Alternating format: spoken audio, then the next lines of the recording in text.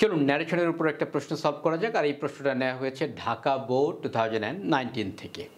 প্রথমে ন্যারেশনের first to last প্রশ্নটা আপনারা পড়ে নেবেন যাতে করে আপনাদের টেক্সট সম্বন্ধে একটা আইডিয়া আসে, আর বিশেষত ডায়লগ কার সাথে কার এটা বোঝার জন্য ফার্স্ট টু লাস্ট আপনাকে ন্যারেশন পড়তেই হবে। আদারওয়াইজ ডায়লগ কোনটা কার এটা এলোমেলো হয়ে যেতে পারে, কারণ এই টেক্সটটাতে ক্লিয়ার আছে কিন্তু অনেক টেক্সটেই থাকবে যেগুলোতে কোনটা কার ডায়লগ সেটা অনেক সময় ক্লিয়ার থাকে না। সেই ক্ষেত্রে আপনাদেরকে পুরোটা পড়ে নিলে একটা আইডিয়া আসবে। চলুন পড়ি। Where do you like to go sir, ask the ticket seller. Ticket seller বললেন যে স্যার আপনি কোথায় যেতে চান। Cox's Bazar replied stranger. স্ট্রেঞ্জার বললেন যে কক্সবাজার যেতে চাই। How many tickets do you need, আপনার কতগুলো টিকিট দরকার।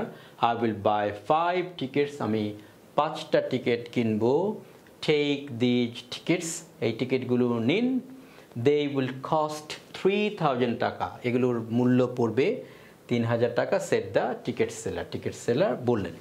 তাহলে এখানে কার সাথে কার ডায়লগ এটা একদম পরিষ্কার। একসাথে মাত্র দুইটা ডায়লগ আছে, সেটা হলো how many tickets do you need, তারপরে বলেছে I will buy 5 tickets. Okay, এখানে দুইটা ডায়লগ আছে, তবে একদম ক্লিয়ার কে কাকে বলছে। মানে টিকিট সেলারই তো বলবে আপনার কতগুলো টিকিট দরকার, আর যিনি বায়ার বা যিনি প্যাসেঞ্জার তিনিই তো বলবেন যে আমার এতগুলো টিকিট দরকার। সুতরাং এখানে কোনো ধরনের ডায়লগ বুঝতে কোনো কনফিউশন নাই। চলুন আমরা সলভ করি। তাহলে প্রথমে কার সাথে কার কথা, এই অংশটুকু অর্থাৎ এই যে রিপোর্টিং ভার্ব, এই রিপোর্টিং ভার্বের যে অংশটুকু এইটা পরেও দেয়া থাকতে পারে আগেও দেয়া থাকতে পারে, এটা একটা জাস্ট স্টাইলিস্টিক চয়েস। এটা অনেক সময় আগে থাকে অনেক সময় পরে থাকে, বাট আপনি যখন ইনডিরেক্ট করবেন তখন আপনাকে প্রথমেই লিখতে হবে। তাহলে চলুন আমরা প্রথমে লেখা শুরু করি। তাহলে আমরা এখান থেকে লিখতে পারি দি টিকিট সেলার। আমি দি উচ্চারণ করলাম, এটার উচ্চারণ দাও করতে পারেন, দিও করতে পারেন। যদি কনসোনেন্ট হয় তাহলে আপনি করবেন হলো দা, ভাওয়েল হলে করবেন হলো দি, আর যদি কোনো কিছুতে জোর দিতে চান তাহলে আপনি দি উচ্চারণ করতে পারেন। তো আমি এখানে টিকিট সেলারের উপরে জোর দিচ্ছি কারণ আমার এখানে দুজন ব্যক্তি নিয়ে ডায়লগ, একটা হচ্ছে টিকিট সেলার আর একটা হচ্ছে স্ট্রেঞ্জার। তো আমি এই জন্য বলছি দি বা দা একই কথা, কোনো সমস্যা নেই। The ticket seller.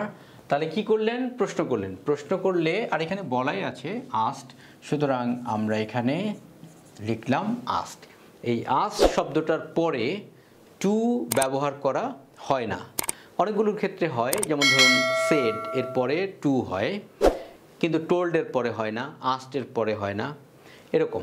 তো আমাদেরকে এগুলো মনে রাখতে হবে কোনটার পরে হয় কোনটার পরে হয় না। তাহলে দ্য টিকিট সেলার আস্কড। এখন প্রথম ডায়লগে আপনি একদম ক্লিয়ার করে দিবেন কার সাথে কার কথা, আদারওয়াইজ এটা পরবর্তীতে বুঝতে অসুবিধা হবে। সুতরাং এখানে আমাদের আরেকজন যাকে বলছেন তিনি কি পরবর্তীতে আছে, যে পরে বললো যে কক্সবাজার রিপ্লাইড দ্য স্ট্রেঞ্জার। তাহলে আমরা এখানে লিখব আস্কড দ্য স্ট্রেঞ্জার। এবার এই টেক্সটটাতে যদিও এটা ঢাকা বোর্ডের প্রশ্ন, এই প্রশ্নের যে ভাষা এটা ভালো হয় নাই, এটা ইট ডাজন্ট সাউন্ড ইংলিশ। যিনি বা যারা প্রশ্নটা করেছেন বা মডারেট করেছেন তাদের মডারেশন বা কোয়েশ্চেন করাটা ভালো হয় না, অনেকগুলো ভাষাতেই একটু প্রবলেম আছে, আমি বলবো আস্তে আস্তে। যেমন এই শব্দটাই এখানে স্ট্রেঞ্জার না দিয়ে প্যাসেঞ্জার দেওয়া দরকার ছিল, কারণ স্ট্রেঞ্জার মানে আগন্তুক, অপরিচিত ব্যক্তি। তো অপরিচিত ব্যক্তি কি টিকিট কাটতে আসছে, আপনার রাস্তায় যখন কোনো ব্যক্তিকে দেখি পরিচিত না তাকে বলি স্ট্রেঞ্জার। সুতরাং এখানে স্ট্রেঞ্জার না দিয়ে প্যাসেঞ্জার দেওয়া দরকার ছিল। তাহলে যাই হোক, the ticket seller asked the passenger. এরপরে এই যে বাক্যটা এটা হলো একটা ইন্টারোগেটিভ সেন্টেন্স। তো এই ইন্টারোগেটিভ সেন্টেন্সে দুই ধরনের থাকে সাধারণত। বেসিক কোয়েশ্চেন প্যাটার্ন থাকে, মানে যেগুলোতে WH ওয়ার্ড থাকে না, আরেকটা হলো এই WH কোয়েশ্চেন প্যাটার্ন থাকে। যখন WH ওয়ার্ড থাকে তখন আমাদেরকে সরাসরি WH ওয়ার্ডটা ব্যবহার করতে হয়, আর যদি না থাকে তাহলে আমরা ইফ অথবা ওয়েদার ব্যবহার করি। আবার সেই ইফ আর ওয়েদারের মধ্যেও একটু পার্থক্য আছে।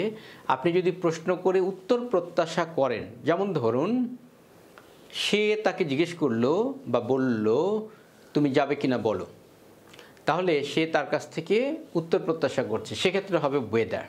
আর যদি উত্তর প্রত্যাশা না করে তাহলে হবে ইফ। আমরা সাধারণত ইফ দিয়েই কাজ চালিয়ে দিই। যাই হোক, তো এখানে আছে হলো ওয়্যার, লিখলাম ওয়্যার। এখানে আমাদের একটা সমূহ ভুল করার সম্ভাবনা আছে এবং স্টুডেন্টরা সাধারণত এই ভুলটা করে থাকে কি, ওখানে আছে ডু, এখানে লিখে দেয় ডিড। এখন এই ডুটা এটা কিন্তু অক্সিলিয়ারি ভার্বের ডু, মানে প্রশ্ন করার স্বার্থে এই ডু আনা হয়েছিল। এখানে কিন্তু মূল ভার্ব হচ্ছে লাইক, এটা মাথায় রাখতে হবে। সুতরাং এই ডুকে ডিড করলে হবে না। আরেকটা কথা মাথায় রাখতে হবে, 5 প্রকার বাক্য, assertive, interrogative, imperative, objective, exclamatory, এই 5 প্রকার বাক্যই ইনডিরেক্ট করার সময় এক প্রকার বাক্যে পরিণত হবে, অর্থাৎ অ্যাসার্টিভ সেন্টেন্স হবে। তাহলে আবার যদি আমি এখানে ডিড দেই তারপরে সাবজেক্ট দেই, তাহলে কিন্তু উল্টা আবার প্রশ্ন করা হয়ে গেল, কোনোভাবেই আবার প্রশ্ন করা যাবে না। সুতরাং এই ভুলটা করা যাবে না। তাহলে এখানে আমার সাবজেক্ট আছে হলো ইউ। যদি ফার্স্ট পারসন থাকে তাহলে পরিবর্তন হবে সাবজেক্ট অনুযায়ী, যদি সেকেন্ড পারসন থাকে তাহলে পরিবর্তন হবে অবজেক্ট অনুযায়ী, থার্ড পারসন থাকলে কোনো পরিবর্তন হয় না। আবার বলছি, ফার্স্ট পারসন থাকলে সাবজেক্ট অনুযায়ী, সেকেন্ড পারসন থাকলে অবজেক্ট অনুযায়ী, থার্ড পারসন থাকলে পরিবর্তন হবে না। এখন বলতে পারেন কোন সাবজেক্ট অনুযায়ী? এখানে আমাদের সাবজেক্ট কোনটা? আমাদের এখানে সাবজেক্ট হচ্ছে টিকিট সেলার আর অবজেক্ট হচ্ছে স্ট্রেঞ্জার। তাহলে এখানে আছে সেকেন্ড পারসন, এই সেকেন্ড পারসন পরিবর্তন হবে অবজেক্ট অনুযায়ী। আরেকটা কথা, এই ইউ এইটা কি সাবজেক্টিভ ফর্ম নাকি পজেসিভ ফর্ম নাকি অবজেক্টিভ ফর্ম, এটাও মাথায় রাখতে হবে। এখানে ভার্বের আগে বসেছে, সুতরাং এটা সাবজেক্টিভ ফর্ম। আমরা পরিবর্তন করার পরেও সাবজেক্টিভ ফর্মে লিখতে হবে। যদি অবজেক্টিভ ফর্ম লিখি তাহলে কিন্তু হবে না। ইউ, এটা একটা কনফিউজিং জায়গা আছে, ইউ সাবজেক্টিভ ফর্ম ও ইউ, অবজেক্টিভ ফর্ম ও ইউ। সাবজেক্টিভ ফর্ম নাকি অবজেক্টিভ ফর্ম বুঝবো কিভাবে? খুব সহজে বুঝতে পারি, ভার্বের আগে আসলে সাবজেক্টিভ ফর্ম, ভার্বের পরে আসলে অবজেক্টিভ ফর্ম। আরেকটা আছে, সেটা হলো হার, মানে পজেসিভ ফর্মও হার, অবজেক্টিভ ফর্মও হার, দুইটা কিন্তু একই, অন্যগুলোতে আর এরকম নাই। সুতরাং ইউ আর হার যখনই আপনারা পাবেন তখন একটু সচেতনভাবে বসাতে হবে যে তার অবস্থানটা কোথায়, এটা কি সাবজেক্টিভ ফর্ম নাকি অবজেক্টিভ ফর্ম, হারের ক্ষেত্রে পজেসিভ ফর্ম নাকি অবজেক্টিভ ফর্ম। তো এখানে আমাদের সাবজেক্টিভ ফর্ম ইউ, এইটা যাবে হলো স্ট্রেঞ্জারের কাছে, সুতরাং আমরা এখানে লিখব হচ্ছে হি। আমাদের বইগুলোতে আবার কনফিউশন এড়ানোর জন্য ব্র্যাকেট ব্যবহার করা হয়। ধরা যাক আমি একটু ব্র্যাকেট দিয়ে দেখাচ্ছি, এখানে স্ট্রেঞ্জার, সুতরাং এখানে দেওয়া হয় এস, আর যদি টিকিট সেলার হতো তাহলে দেওয়া হতো টি। কোনো ইংলিশ রাইটারের বইতে, কোনো ভালো বইতে আপনারা এই ধরনের ব্র্যাকেটের ব্যবহার পাবেন না। সুতরাং এই ব্র্যাকেটের ব্যবহারটা অ্যাভয়েড করতে হবে। তাহলে প্রশ্ন হলো, কনফিউশন যদি হয় সেটা আমি এড়াবো কী করে? যেখানে কনফিউশন হবে সেখানে আপনি নাউন লিখে দিবেন, মানে পুরো নাম লিখে দিবেন। কখনোই এ ধরনের ব্র্যাকেট ব্যবহার করবেন না, কারণ এগুলো স্ট্যান্ডার্ড ইংলিশ না। আচ্ছা, তাহলে এখানে যে টিকিট সেলার স্ট্রেঞ্জারকে বলছেন যে তিনি কোথায় যাবেন, এইটা স্পষ্টতই বোঝা যায়, সুতরাং এটা নিয়ে আর কোনো টেনশন করার দরকার নেই। তাহলে হি, যেহেতু বললাম এটা সাহায্য করার জন্য এসেছিল, আমাদের ভার্ব হচ্ছে এখানে লাইক। তাহলে লাইকের পাস্ট ফর্ম ব্যবহার করলাম আমরা লাইকড, কারণ এটা হলো প্রেজেন্ট সিম্পল আছে, এটা হয়ে যাবে পাস্ট সিম্পল। এরপরে আছে হলো টু গো, এই টু গোটা লিখলাম। এখন এইখানে আরেকটা টাইনি লিটল থিং আমাদের রয়ে গেছে, সেটা হলো স্যার। আমরা জানি স্যারের জন্য আমরা ব্যবহার করি রেসপেক্টফুলি অথবা উইথ রেসপেক্ট অথবা পোলাইটলি অথবা জেন্টলি অথবা জেনারেসলি, কাইন্ডলি ইত্যাদি ব্যবহার করতে পারি। শুধুমাত্র যে আপনার রেসপেক্টফুলি অথবা উইথ রেসপেক্ট হবে তা কিন্তু নয়। আরেকটা জিনিস, রেসপেক্ট শব্দটা এইটা যায় হলো আমাদের যারা সিনিয়র, আমাদের যারা শিক্ষক, আমাদের যারা পিতৃ মাতৃতুল্য এরকম ব্যক্তিদের সাথে। এইখানে টিকিট সেলার তার প্রফেশনাল কাজ করেন, একজন প্যাসেঞ্জার, তিনি একটি টিকিট কিনবেন, সুতরাং টিকিট যিনি কিনবেন তার প্রতি টিকিট সেলার রেসপেক্ট দেখাবেন, এটা আসলে হয় না, অস্বাভাবিক। তাহলে তিনি কি করতে পারেন, প্রফেশনালি তার সাথে ভালো ব্যবহার করতে পারেন, তার সাথে পোলাইটলি কথা বলতে পারেন, এবং এটাই আমরা প্রত্যাশা করি। আমরা যে মানে কাউন্টারে যে আশা করি না সে আমাকে আমার ছাত্রের মতো করে আমাকে সম্ভ্রম করবে, এরকমটা আমরা প্রত্যাশা করি না। তাহলে আমরা এখানে ওই শব্দটা জুড়ে দিতে পারি কোথায়, the ticket seller asked the stranger, আমরা এখানে দিয়ে দিতে পারি পোলাইটলি, আমরা এখানে দিতে পারি মডেস্টলি, আমরা এখানে দিতে পারি জেন্টলি, ভদ্রভাবে। এখানে রেসপেক্টফুলি কথাটা ব্যবহারের আমি পক্ষপাতী নই, কারণ রেসপেক্ট বলতে অন্য জিনিস মিন করে। হোয়াটএভার, পরীক্ষাতে নাম্বার পাওয়ার জন্য আপনারা উইথ রেসপেক্ট, রেসপেক্টফুলি ব্যবহার করে দিবেন, নো প্রবলেম। পরে এটাতে আমরা ফুল স্টপ দিয়ে দিলাম। এখন স্ট্রেঞ্জার বলছেন যে আমি কক্সবাজারে যাব, তাহলে আমরা এখানে লিখি দ্য স্ট্রেঞ্জার। আমি কিন্তু এখানে হি লিখছি না, আমি লিখছি কি, আমি লিখছি দ্য স্ট্রেঞ্জার, কারণ আমি কোনোরূপ কনফিউশন ঘটাতে চাচ্ছি না। দিয়ে তারপর আবার ব্র্যাকেট দিব, দরকার নাই। তাহলে দ্য স্ট্রেঞ্জার রিপ্লাইড, শব্দটা দেওয়া আছে, আমরা এটাই লিখি, তাহলে লিখলাম রিপ্লাইড। তাহলে দ্য স্ট্রেঞ্জার রিপ্লাইড দ্যাট। এখন এখানেও আপনারা একটা ভুল করতে পারেন, সেটা হলো লিখে দিতে পারেন কক্সবাজার। প্রশ্ন হলো এটা লিখলে ভুল কোথায়? ভুল হচ্ছে কোনো পার্শাল আনসার, কোনো পার্শাল আনসার লেখা যাবে না, অর্থাৎ আংশিক কোনো জবাব লেখা যাবে না। বিষয়টা একটু ভেঙে বলি। ধরা যাক একজন ছাত্র কলেজে যাচ্ছে, শিক্ষক তাকে জিজ্ঞেস করলেন তুমি কোথায় যাচ্ছ? সে বলল স্যার কলেজে। এখন এটা আরেকজন ছাত্র বলল স্যার ওকে কি বলল রে? তখন সে কিভাবে করে বলবে স্যার ওকে জিজ্ঞেস করেছিল সে কোথায় যাচ্ছিল, সে উত্তর করেছিল সে কলেজে যাচ্ছিল। তার মানে পুরো বাক্যটাই আপনাকে লিখতে হবে। সুতরাং এখানে আপনি যদি লেখেন কক্সবাজার তাহলে হবে না, কি করতে হবে, পুরো বাক্য লিখতে হবে। তো পুরো বাক্য আমরা কোথা থেকে লিখব? আমরা আগের বাক্য থেকে ধার নিতে পারি, যে দ্য স্ট্রেঞ্জার রিপ্লাইড দ্যাট, এখান থেকে হি লাইকড টু গো, আমরা বলতে পারি হি liked to go to Cox's Bazar. এখন দেখুন এখানে টু অতিরিক্ত আসলো, আর আগের বাক্য থেকে আমরা এটা ধার নিলাম, হি লাইকড টু গো।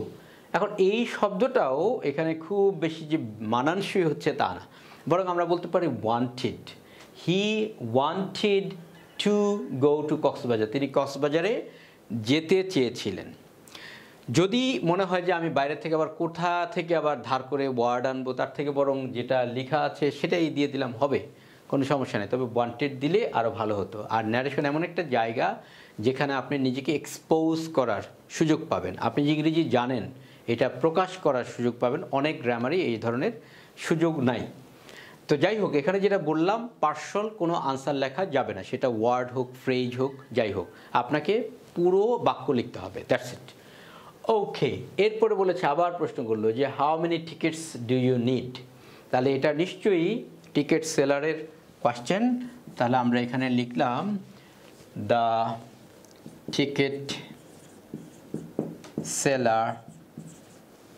তাহলে আগে আমরা বলেছিলাম আস্কড, পরে আমরা আবার বলবো, যদি এখানেও আস্ক বলে বলতে পারি, কিন্তু চাইলে এটার একটা সিনোনিমাস ওয়ার্ড ব্যবহার করতে পারি। আবার আমরা চাইলে এখানে একটা কানেক্টর ব্যবহার করতে পারি। ধরা যাক আমরা কানেক্টর একটা দেই, তারপর ওখানে দা লিখি। তাহলে আমরা এখানে লিখলাম দেন, আর এখানে আমরা একটু এখান থেকে শুরু করি, দেন দ্য টিকিট সেলার। এখন আমি এখানে লিখতে পারি ওয়ান্টেড টু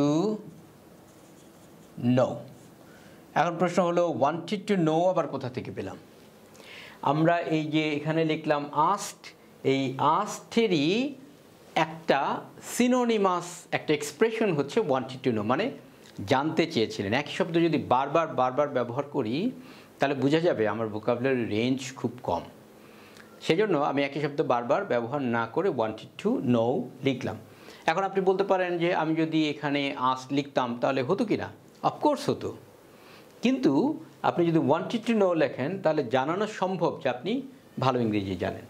তাহলে ওয়ান্টেড টু নো এখানেও আপনার WH ওয়ার্ড আছে, সুতরাং আমরা এখানে WH ওয়ার্ড লিখব। তাহলে হাউ, তারপরে আছে ম্যানি টিকিটস, এইটা একসাথে লিখতে হবে, আদারওয়াইজ মিনিং হবে না। তাহলে হাউ মেনি টিকিটস লিখলাম। আবারও দেখুন ডু ইউ নিড, এই ডু এটা সাহায্যকারী ভার্ব, এটা সাহায্য করার জন্য এসছে। আমাদের মূল ভার্ব হচ্ছে নিড, সুতরাং আমরা ওই নিডের পাস্ট ফর্ম করব, এই ডু এর সাথে করব না। আর ইউ, ইউ বলতে কে? ইউ বলতে আবার সেই স্ট্রেঞ্জার। তাহলে আমরা এখানে লিখব টিকিটস হি, ব্র্যাকেট দিব না। তাহলে হি, তারপরে নিডের পাস্ট ফর্ম হচ্ছে নিডেড। এরপরে এখানে যে উত্তরটা করেছে এটাও আমার কাছে খুব একটা ভালো স্মুথ ইংরেজি মনে হয় না। তিনি বলছেন যে আই উইল বাই 5 টিকিটস, মানে বললেন যে আপনার কতগুলো টিকিট দরকার, তখন তিনি জাস্ট 5 টিকিটস বললেই হতো। আই উইল বাই, আমি কিনবো 5টা টিকিট, এভাবে করে আমরা স্পোকেন ইংলিশে বলি না। হোয়াট এভার, আমরা এটার উত্তর করি। তাহলে আমরা এখানে বলতে পারি দ্য স্ট্রেঞ্জার, আগের বারে বলেছিলাম রিপ্লাইড, এখানে দেয় ছিল রিপ্লাই, সুন্দর। তাহলে এখানে আমরা বলতে পারি আনসার্ড, অথবা আপনি সেডও বলতে পারতেন। সেড, আনসার্ড, রিপ্লাইড এগুলো সিনোনিমাস। ওকে, এটার উপর আমার ভিডিও আছে, অর্থাৎ আপনি কি কি ওয়ার্ড ব্যবহার করতে পারেন শুধুমাত্র আস্কড অথবা সেড অথবা টোল্ড এর পরিবর্তে অন্য আর কি কি শব্দ ব্যবহার করতে পারেন, আমি লিঙ্কটা আই বাটনে অথবা ডেসক্রিপশনে দিয়ে রাখবো, চাইলে আপনি দেখতে পারেন, আরও অনেক ওয়ার্ড আছে। তাহলে the stranger yes, stranger answered, তিনি উত্তর করলেন। কি উত্তর করলেন? তিনি বললেন দ্যাট। আরেকটা জিনিসও বলি, এই দ্যাটটা কিন্তু বাধ্যতামূলক না। আমরা অনেকে মনে করি কি যে ন্যারেশনের মধ্যে 4টা পরিবর্তন, একটা মেজর পরিবর্তন হচ্ছে কমা উঠে গিয়ে দ্যাট হয় না। কমা উঠে গিয়ে দ্যাট হওয়ার রীতিটা এটা বাধ্যতামূলক না, এটা দিলেও হয় না দিলেও হয়। তবে যদি 2টা প্রোনাউন একসাথে হয়ে যায় তাহলে আপনারা মাঝখানে দ্যাট দিয়ে দিতে পারেন, তাতে কনফিউশন ক্রিয়েট হয় না, আবার শুনতেও ভালো শোনা যায়। তো এখানে আমাদের কোনো 2টা প্রোনাউন নাই, আমরা চাইলে এটাকে বাদ দিতে পারতাম, তথাপিও দিয়ে দিচ্ছি। The stranger answered that. এখন এখানে আছে আই, আমি বলেছি ফার্স্ট পারসন থাকলে যাবে সাবজেক্টের কাছে, মানে সাবজেক্ট অনুযায়ী পরিবর্তন হবে। তো এখানে সাবজেক্ট কোনটা? এখানে হলো স্ট্রেঞ্জার, তাহলে স্ট্রেঞ্জার অনুযায়ী এখানে হবে কি হি, তারপরে উইলের জায়গায় হবে উড, তারপরে বলেছে যে বাই 5 টিকিটস। তো এই যে বাই, এই বায়ের আর পরিবর্তন হবে না, বাই 5। তো বায়ের পরিবর্তন কেন হবে না? কারণ এই যে উড, এটা হচ্ছে একটা মডেল। মডেল কয়টা?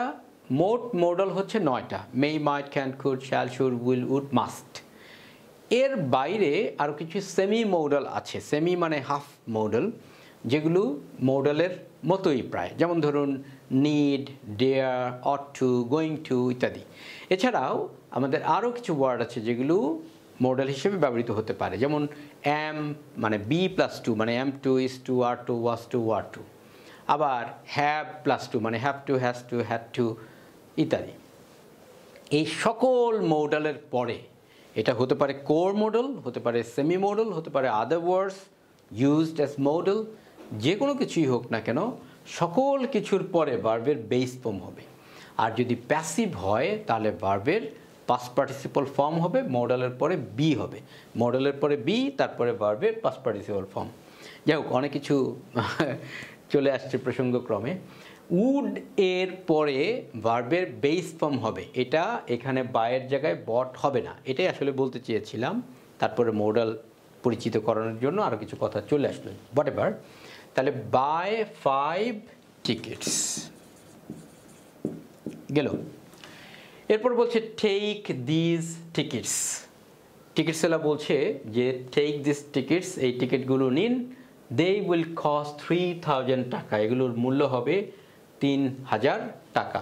খুবই বাজে ইংরেজি হয়েছে এখানে।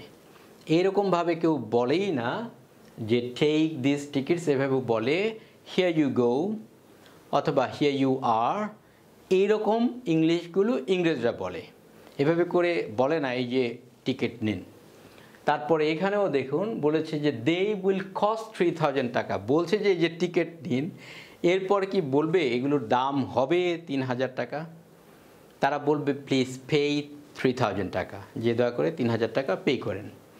তো যাই হোক, ল্যাঙ্গুয়েজগত দিক থেকে এই জায়গাটা একদমই হয় নাই, বাজে ইংরেজি হয়েছে, যদিও ঢাকা বোর্ডের প্রশ্ন। পরেরবার যারা প্রশ্ন করেন তাদের প্রতি রিকোয়েস্ট, আপনারা প্রশ্ন করলেই আমরা শিখি, সুতরাং প্রশ্ন করার ব্যাপারে আরও কেয়ারফুল হয়ে প্রশ্ন করবেন, কারণ আপনাদের প্রশ্ন এক্সারসাইজ করা হয় লক্ষ লক্ষ প্রতিষ্ঠানে, আর আরও 10 লক্ষ 12 লক্ষ স্টুডেন্টরা প্রত্যেক বছর আপনাদের প্রশ্ন স্টাডি করেই তারা বড় হন। সুতরাং আপনার কাছ থেকে যদি ভালো কিছু আমরা না পাই, শিখব কোথা থেকে? তাহলে যেখানে ছিলাম যে 5 টিকিটস, এবারে কে বললেন? এটা বললেন হলো টিকিট সেলার। তাহলে লিখছি এখানে টিকিট সেলার। টিকিট সেলার এখন কি করলেন? তাকে বললেন যে টেক দিস টিকিটস। ট্র্যাডিশনালি আমরা যদি বলি তাহলে আমরা বলবো যে তাকে রিকোয়েস্ট করলেন, অথবা তাকে অর্ডার করলেন, অথবা তাকে কমান্ড করলেন, বা সিম্পলি বললেন, এরকম। কিন্তু এখানে মূলত টিকিটগুলোকে তিনি অফার করলেন, সুতরাং আমি এভাবে করে বলতে পারি the ticket seller offered the tickets। এখানে দুইটা প্রশ্ন আপনাদের আসতে পারে, একটা হলো যে অফার শব্দটা কোথা থেকে পেলাম? টিকিট দিলেন, মূলত টিকিটগুলোকে অফার করলেন, সে অর্থে আমি এখানে অফার থেকে করলাম অফার্ড। দ্বিতীয় আরেকটা প্রশ্ন আসতে পারে, সেটা হলো দা কেন লিখলাম? এখানে তো দিজ আছে, দিজের পরিবর্তে দোজ হওয়ার কথা ছিল, কিন্তু দোজ না লিখে তা কেন লিখলাম? এটা একটা চমৎকার প্রশ্ন হতে পারে। দেখুন, আমরা দিস থাকলে দ্যাট ব্যবহার করি, দিজ থাকলে দোজ ব্যবহার করি সব ক্ষেত্রে, বাট এইটা একটা বিগেস্ট মিস্টেক। এই দিস দ্যাটের 4টা নিয়ম আছে, আমরা শুধু একটা নিয়ম সব জায়গাতে অ্যাপ্লাই করি, এটা ঠিক না। সেই নিয়মটা কি? দিস থাকলে দ্যাট হবে, দিস থাকলে দোজ হবে যদি এটা দিয়ে টাইম এক্সপ্রেশন বুঝায়। যেমন ধরুন, at the time I was not present there, তাহলে, বা this time I am going to college, তাহলে দিস এইটা দিয়ে টাইম বোঝানো হচ্ছে, এখানে দিসের জায়গায় দ্যাট হবে। কিন্তু দিস থাকলে দ্যাট হবে না যদি এটা দিয়ে প্রোনাউন বোঝায়। যেমন ধরুন, আমি বলতে পারি he said that is a good idea, তাহলে এখানে দ্যাট বা দিস এগুলো পরিবর্তন হয়ে যাবে ইট, তাহলে হবে he said that it is a good idea. আমি এখানে লিখে লিখে বলছি না, কারণ এটার উপর আমার অলরেডি ভিডিও আপলোড করা আছে, আমি এটারও লিঙ্ক দিয়ে দিব, আপনারা দেখতে পারেন। এরপরে আরেকটা হলো, যদি টাইম এক্সপ্রেশন না বোঝায় সেক্ষেত্রে দা হয়, প্রোনাউন হলে ইট হয়, সেটা 3 নম্বর রুলটা আছে, আমি 2 নম্বরে বলে ফেললাম। তাহলে এগুলো যদি টাইম এক্সপ্রেশন না বোঝায়, অর্থাৎ এগুলো যদি অ্যাডজেক্টিভ আকারে বসে, সেই ক্ষেত্রে আপনারা বসাবেন দা। যেমন এখানে যেটা আসছে সেটা হলো দিজ টিকিটস, এটা টাইম এক্সপ্রেশনের দিজ না, এটা হচ্ছে অ্যাডজেক্টিভ, সুতরাং এখানে হবে দা। আরেকটা আছে, সেটা হলো যদি নিকটের কোনো কিছু বোঝায়, যেমন আমি এই কলমটা নিব, তাহলে এভাবে করে বলতে পারি যে I told that I will take the near one, মানে আমি কাছের ইন্ডিকেট করছি। এক্ষেত্রে আবার দিস আর দিজ এটার হয়, দ্যাট আর দোজের হয় না। তো যাই হোক, এটা আমার একটা ভিডিও আছে, ওখানে আপনারা চাইলে ডিটেল দেখে নিতে পারেন কেন এখানে দিজ না, দিজের থেকে দোজ না হয়ে দা হলো। কারণ এটা দিয়ে টাইম এক্সপ্রেশন বুঝায় না, টাইম এক্সপ্রেশন বুঝালেই কেবল দিস থাকলে দ্যাট হয়, দিস থাকলে দোজ হয়, আদারওয়াইজ হয় না, সুতরাং এখানে দা হবে।